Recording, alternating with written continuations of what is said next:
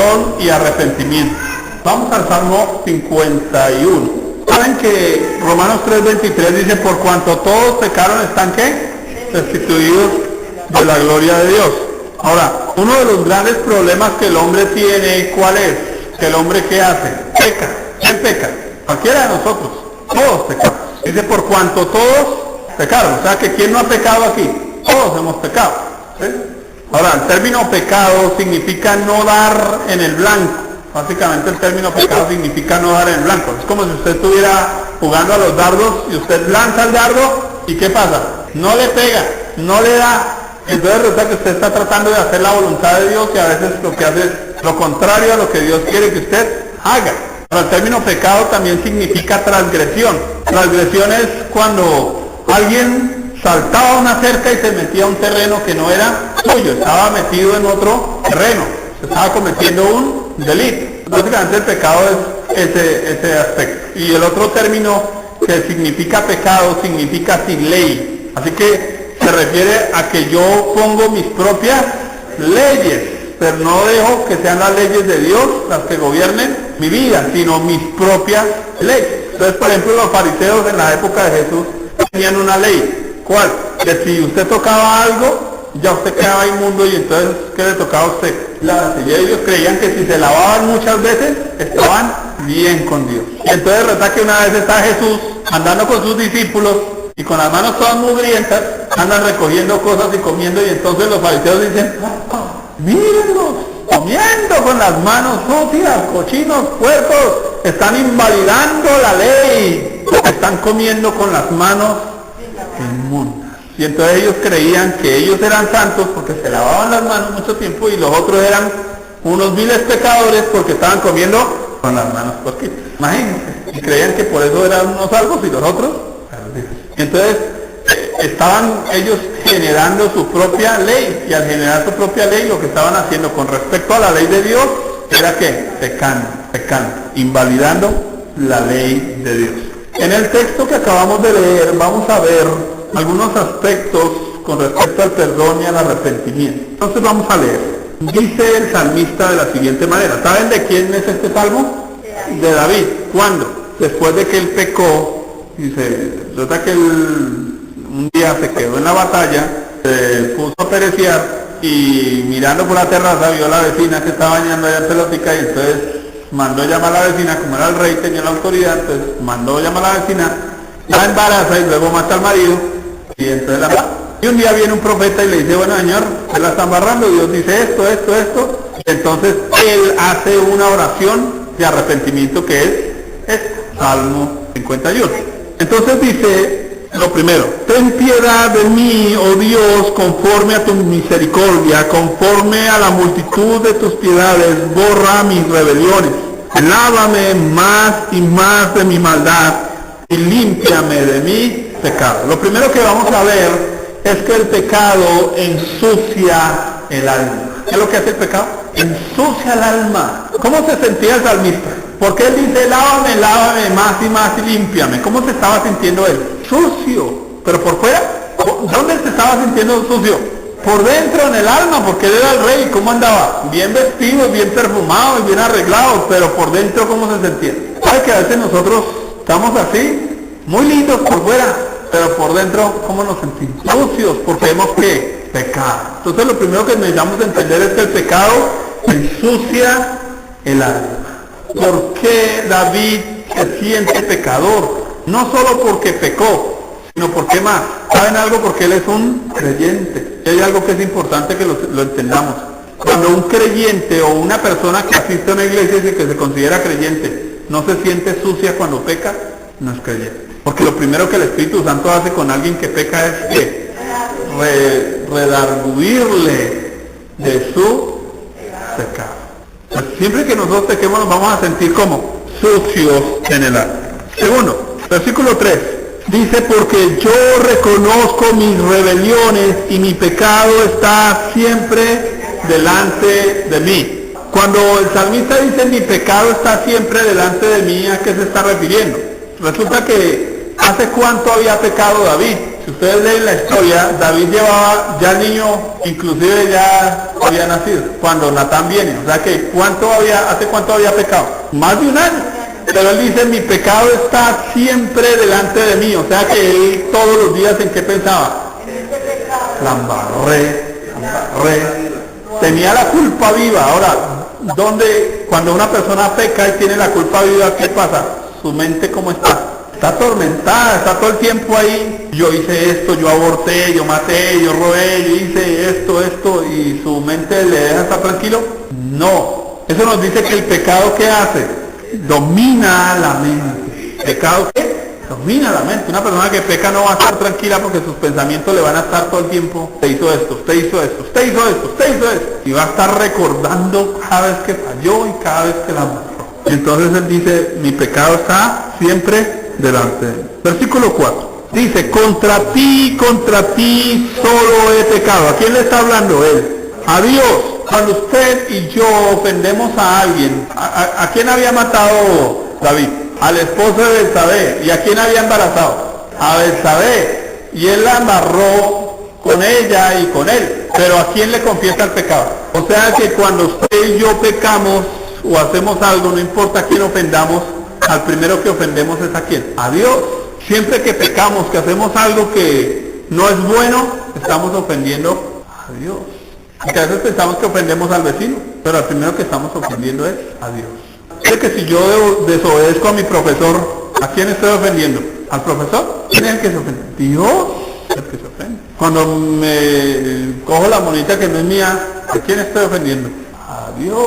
Cuando me agarro a pelear con el celador del banco, ¿a quién estoy ofendiendo? A Dios. Y esto tiene que ser clave. David entendió que él había ofendido, ¿era a quién? A Dios.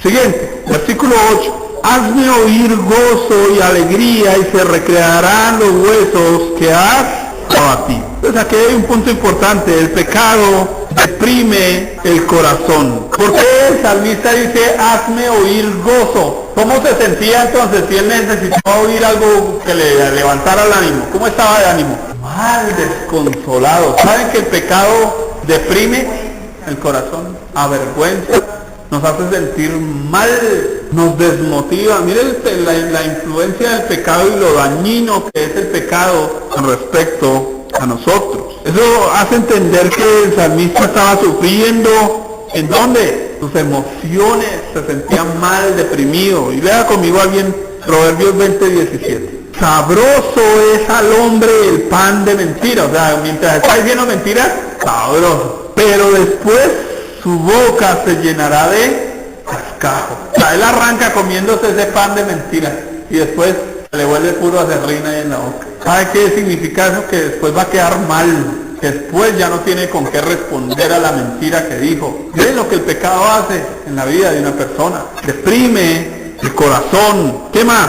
Versículo 8 dice, hazme oír gozo y alegría y se recrearán los ¿qué? Huesos. ¿Cuáles huesos?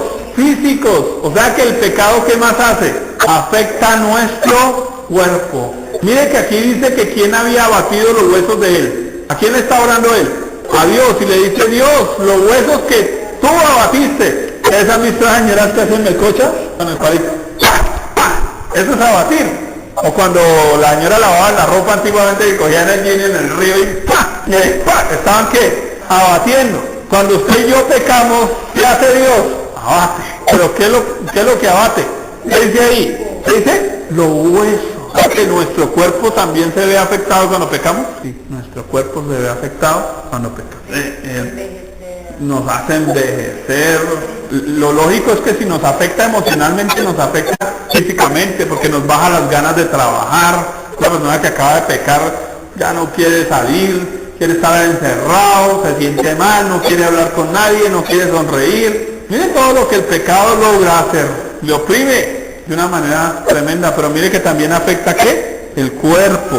Lo damos Proverbios 17:22. El corazón alegre constituye buen remedio. O sea que cuando usted está contento y usted está enfermo, ¿qué debiera hacer usted? ¿Qué hace el corazón alegre? ¿Constituye qué? El mejor remedio para alguien enfermo, ¿qué es? Corazón alegre. Eso es un buen remedio, hermano, no una aspirina. Mas el espíritu triste seca los huesos. Oiga, ¿de dónde, decía el pastor, de dónde sale la osteoporosis? ¿De dónde salen ciertas enfermedades? ¿Sabe que ciertas enfermedades sí salen del pecado? Salen del corazón amargado. Y eso sin contar con las enfermedades que surgen de pecados como por ejemplo el SIDA, una relación sexual ilícita, sin contar con otros pecados que hacen que las personas se metan en líos, por ejemplo, que robaron al que no era y el que no era se fue, los persiguió, los apuñaló. ¿Sí o no? Mire que el pecado produce un montón de cosas dañinas. Siguiente, versículo 10. Crea en mí, oh Dios, un corazón limpio y renueva un espíritu recto dentro de mí. Mire que él dice algo importante que pasa cuando se peca. Dice que él tiene un espíritu recto, pero cuando peca pierde ese espíritu recto, o sea que ya pierde perspectiva de Dios. Eso me dice algo importante, que el pecado que hace destruye mi relación con Dios. Porque ¿quién es el que me da una rectitud? ¿Quién es el que me ayuda a andar en rectitud? Dios. Pero si yo peco, ¿qué pasa? Empiezo a tomar malas decisiones. Si yo peco y no me arrepiento inmediatamente, voy a empezar a añadirle a un pecado otro pecado. Entonces dije una mentira y ya me toca ahora y otra y otra. Cedí a una tentación con una muchacha y ahora ya me insiste y entonces yo digo, no, pues sí, o sea, la otra y la otra. Y cuando me doy cuenta estoy metido en muchos líos. Eso afecta a mi relación con Dios. Eso nos hace irritables, difíciles de tratar, que generan religiosidad, porque muchas personas dicen, no, pero no, yo sigo, pero siguen religiosamente, o sea, no se arrepienten y entonces empiezan a tratar de cubrir que están, para tratar de aparentar que están bien, y no. Y versículos 12 y 13. Entonces enseñaré a los transgresores tus caminos y los pecadores se convertirán a ti. ¿Qué significa esto? Que cuando una persona peca, el pecado destruye su testimonio. Porque cuando una persona peca y preciso llega alguien a pedirle un consejo, a pedirle oración, ¿se siente en libertad de darle un consejo? ¿Se siente en libertad de orar por él? No. ¿Quiere compartirle a otros de Cristo? No. O sea que el pecado también impide que nosotros testifiquemos a otros del Señor. Ahora, lo primero que tenemos que entender, hermanos, es que ya miramos qué es el pecado, ¿sí o no? ¿Cuántos quieren pecar acá? Yo creo que no le quedan unas ganas de pecar después de eso. Lo primero que tenemos que entender es que el perdón, entonces ya hablamos del pecado, ahora hablemos del perdón. El perdón viene de ¿quién? Versículo 1, ten piedad de mí, oh Dios. ¿A quién clama el salmista? A Dios. ¿Quién es el que le puede perdonar? Dios. ¿A Dios quiere perdonarnos? Sí, ya lo hemos leído. No les voy a repetir el texto, primera de Juan 1:9, que si confesamos nuestros pecados, Dios es fiel y justo. ¿Aparece la confesión aquí en este texto? Sí. ¿Qué dice el salmista? Versículo 3. Porque yo reconozco mis rebeliones y mi pecado está siempre delante de mí. Contra ti solo he pecado y he hecho lo malo delante de los ojos de ¿quién? De Él. Mire que yo puedo ir a pecar a donde quiera, pero ¿quién es el que me está mirando? Dios es el que me está mirando. Y dice, para que seas reconocido justo en tu palabra y tenido por puro en tu juicio. Entonces lo primero que necesitamos para lidiar con el pecado es el arrepentimiento. Y el arrepentimiento viene a través de ¿qué? De la confesión. Confieso a quién? A Dios mi pecado. Ya leímos primera Juan 1:9 la vez pasada. El término confesar significa decir lo mismo. Eso es como se traduce en el griego. Decir lo mismo que ¿qué? Que Dios dice con respecto al pecado. Yo no puedo llamarlo una faltica. Llegar y decir, Dios, es que la embarré un poquito, una mentirita. Dios, ¿cómo le llama? Mentira, pecado, punto. Dios, una caidita. Dios dice, no, papito, se fue de narices completo. Se metió allá donde no era. Eso no fue una caidita. Un topacito. Pues yo debo llamar las cosas como Dios las llama. Tengo un gran lío con la nueva versión internacional por eso, porque resulta que la nueva versión internacional la editó una mujer lesbiana, de Rusia. Y resulta que esa mujer cambió los términos homosexual o afeminado y usó términos que suenan más, coloca por ejemplo términos desviados. Para mí desviado también es un borracho, un motociclista que va con el nuez, pero no me habla nada del homosexualismo. Entonces, el desviado viene a decir, sí, Dios, perdóname que me desvíe un poquito. Sería lógico que venga y diga, soy un homosexual. Eso es lo que la Biblia dice. Entonces, en ese sentido a veces no estamos diciendo lo mismo que Dios dice del pecado.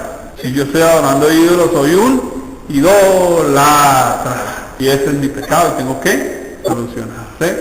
Versículo 2 dice, lávame más y más de mi maldad y límpiame de mi pecado. ¿Qué le pedía el salmista a Dios?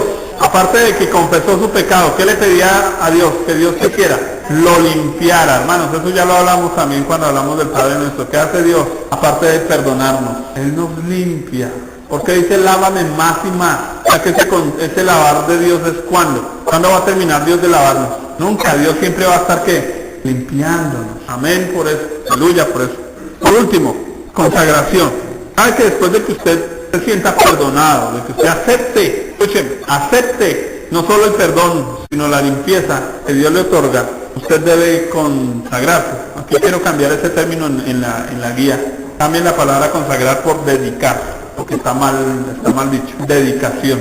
Yo les expliqué ¿cuándo fue? ¿El domingo? ¿Lo que fue? La diferencia. Dedicar es que yo me ofrezco a Dios o ofrezco algo a Dios. Consagrar es que Dios lo acepta. Pues hay gente que le ofrece cosas a Dios, pero Dios no las consagra. ¿Qué hizo Caín? Le ofreció a Dios algo y Dios ¿qué dijo? Dice que no miró con agrado la ofrenda. O sea que la consagró. No, dedicar. Pues vamos a leer entonces versículos 12 al 15. ¿Qué pasa cuando Dios nos perdona? Dice, vuélveme el gozo de tu salvación. Voy a volver a sentir que gozo y y no quites de mí tu santo Espíritu. Entonces, ¿cuál es la consecuencia de haber sido perdonado y limpiado? Enseñaré a los transgresores tus caminos. Cuando usted ha sido limpiado del pecado, usted está dispuesto a ayudar a otros ¿a qué? A salir del suyo, porque ¿quién es un transgresor? Alguien que también ha pecado. Entonces yo puedo ayudar a otros pecadores cuando yo primero he sido ¿qué? Perdonado y limpiado.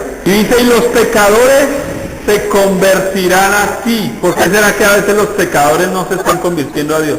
Porque nosotros vamos en pecado a querer que otros que están en pecado se conviertan. Pero si yo estoy limpio, Dios va a usar mi vida para ayudar a otros pecadores. Es que eso a veces nosotros hacemos campaña de evangelismo y llevamos a todo el mundo y va un poco gente viviendo en su pecado, viviendo en su maldad, no han arreglado sus cuitas con Dios. ¿Y por qué era que la campaña no dio fruto? Eso es importante entender. Líbrame de homicidios, oh Dios, Dios de mi salvación, cantará mi lengua tu justicia. Cuando una persona realmente se siente perdonada, comienza a alabar a Dios. Señor, dice, abre mis labios y publicará mi boca tu alabanza.